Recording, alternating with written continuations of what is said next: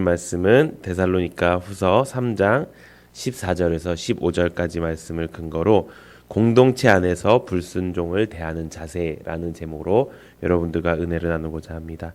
하나님 나라의 소망이 있습니다. 데살로니가 후서 강의 21번째 시간입니다. 바울은 공동체를 구성하는 그 구성원들을 구분짓는 가운데 순종하는 사람과 불순종하는 사람을 구분을 지었습니다. 그리고 그것에 대한 대우를 굉장히 단호하고 명확하게 했습니다. 그만큼 공동체 안에서 중요한 덕목은 바로 순종과 불순종입니다. 순종하는 자들이 있는 공동체는요, 발전해 나갈 것이고요. 불순종이 있는 공동체는요, 결국에 회파가 될 것입니다. 그렇기 때문에 바울은 불순종하는 그런 공동체원을 향해서 단호한 언어를 사용하면서 그 사람과 사귀지도 말고 부끄럽게 하라고 명하고 있습니다. 우리 고린도전서 5장 9절에서 10절 우리 함께 읽어보도록 하겠습니다. 시작.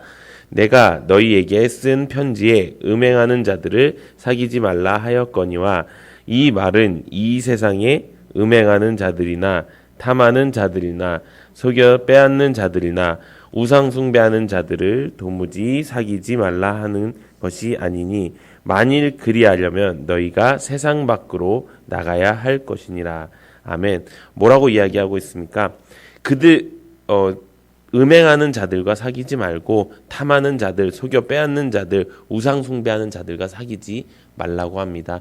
그 말은 무엇이냐? 우리 공동체 가운데 분명히 이런 사람들이 있다라는 것입니다.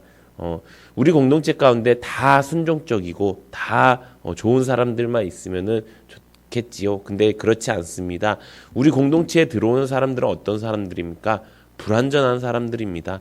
처음부터 완벽하게 들어오는 사람은 없습니다. 처음부터 하나님의 성품, 예수님의 성품을 가지고 오는 사람은 없다라는 것입니다. 그렇기 때문에 세상 속에서 내가 가지고 있었던 그 수많은 음행하는 것들, 또 탐심하는 것들, 또 거짓된 것들, 또 우상 숭배하는 것들을 가지고 공동체 안으로 들어올 수밖에 없다라는 것입니다. 근데 그럴 때 어떻게 해야 된다고요?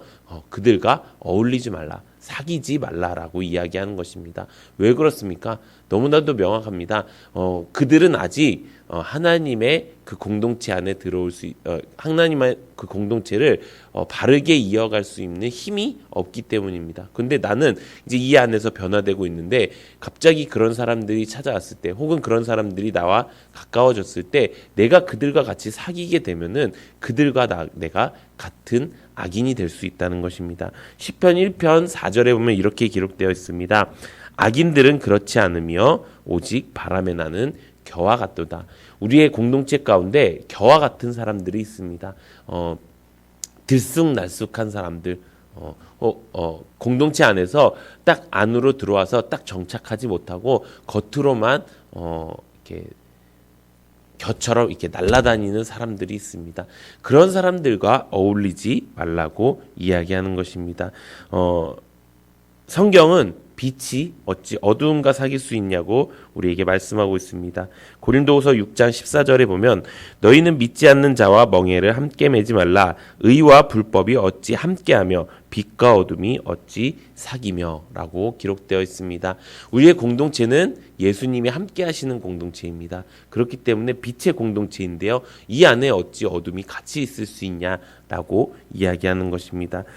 근데 이렇게만 얘기를 하면은 이렇게 얘기했던 그 바울이 굉장히 매몰찬 사람일 수 있습니다. 아니 우리 사람이 어찌 다 이렇게 완벽할 수가 있겠습니까? 불순종한 모습도 있고 우리 가운데도 그런 모습이 있을 수 있지 않겠습니까? 라고 이야기할 수 있습니다. 그렇기 때문에 바울은 그 뒤의 이야기를 하나님의 은혜 말씀으로 연결시켜 말하고 있습니다.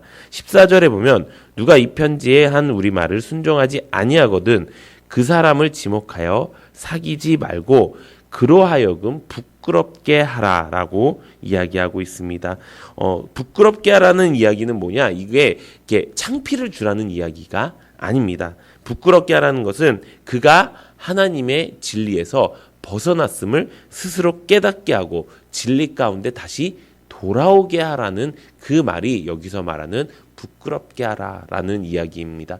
그냥 부끄러워하는 것이 아니라 그가 잘못됐음을 가르쳐주고 권면하여서 그가 다시 진리 가운데로 돌아올 수 있게 하는 것이 우리 공동체 가운데 중요하다는 것입니다. 만약에 우리 공동체 가운데 이렇게 음행하는 자들이 있거나 욕심을 부리는 사람들 혹은 속이는 사람들, 우상숭배하려고 하는 사람들이 있다면 그 사람들과 어울리진 마십시오. 하지만 그 사람들이 다시 진리에 들어올 수 있도록 권면하는 자세가 우리 가운데 필요하다는 것입니다. 그러면 어떻게 권면하면 좋을까요? 우리 15절 보면은 그러나 원수와 같이 생각하지 말고 형제같이 권면하라. 어떻게 권면하라고 이야기하고 있습니까? 저 사람이 우리 공동체를 방해하고 있어. 저 사람이 우리 공동체를 무너뜨리고 있어.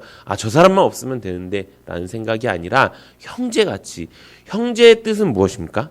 형제는 끊을 수 없는 관계를 형제라고 이야기합니다.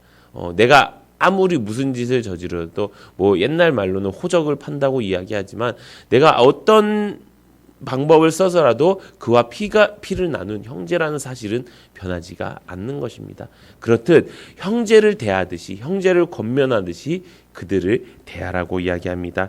시편 1편 1절에 이렇게 기록되어 있습니다. 복 있는 사람은 악인들의 꾀를 따르지 아니하며 죄인들의 길에 서지 아니하며 오만한 자들의 자리에 앉지 아니하고 이렇게 우리가 권면해야 된다는 것입니다. 그 사람들을 위해서 당신은 복 있는 사람이야. 복 있는 사람들이기 때문에 더 이상 악인의 꾀를 따르면 안 돼. 더 이상 죄인의 길에 서면 안 돼. 오만한 자와 함께하면 안 돼. 라고 권면해 주는 것입니다. 우리 사랑하는 성도 여러분, 우리가 믿음의 공동체를 우리가 잘 이루어가고 있습니다.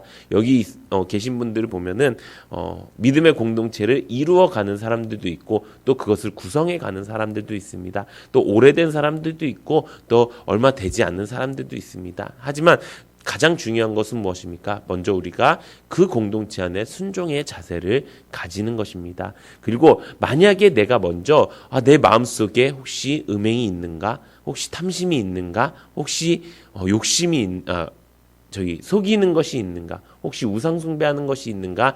점검해보고 내 안에 그런 것들이 있다면 빨리 돌이켜서 순종하는 사람이 되시길 바랍니다. 또 우리 공동체 가운데 혹시 그런 사람들이 있다고 생각하면은 그 사람들과 함께하지는 말되 하지만 그 사람들을 부끄럽게 하여서 진리에서 벗어남을 스스로 깨닫게 하고 또 형제에게 권면하는 것처럼 권면하는 그런 믿음의 공동체를 세워가시길 바랍니다. 히브리서 3장 13절 우리 함께 읽어보도록 하겠습니다. 시작. 오직 오늘이라 일컫는 동안에 매일 피차 권면하여 너희 중에 누구든지 죄의 유혹으로 완고하게 되지 않도록 하라. 아멘. 우리가 지금 믿음의 공동체를 세우면서 가장 많이 하는 말씀이 이 말씀이죠. 매일 피차 권면하는 것. 우리가 이 모습 가운데 하나님께 더욱더 순종의 공동체를 만들어가는 우리 사랑하는 성도님들 되시기를 예수님의 이름으로 축원합니다.